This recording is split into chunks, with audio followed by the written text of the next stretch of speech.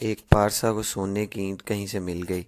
دنیا کی اس دولت نے اس کے نور باطن کی دولت چھین لی، اور وہ ساری رات یہی سوچتا رہا کہ اب میں سنگ مرمر کی ایک عالی شان حویلی بناؤں گا، بہت سے نوکر چاکر رکھوں گا، عمدہ عمدہ کھانے کھاؤں گا اور اعلیٰ درجے کی پوشاک سلواؤں گا۔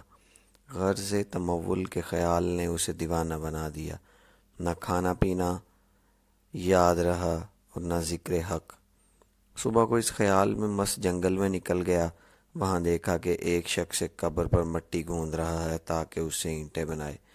یہ نظارہ دیکھ کر پارسا کی آنکھیں کھل گئیں اور اس کو خیال آیا کہ مرنے کے بعد میری قبر کی مٹی سے بھی لوگ اینٹیں بنائیں گے۔ عالی شان مکان، اعلیٰ لباس اور عمدہ کھانے سب یہیں رہ جائیں گے۔ اس لیے سونے کی اینٹ سے دل لگانا بیکار ہے۔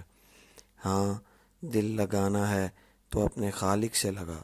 یہ سوچ کر اس نے سونے کی اینٹ کہیں پھینک دی اور پھر پہلے کی طرح زہد و قناعت کی زندگی بسر کرنے لگا۔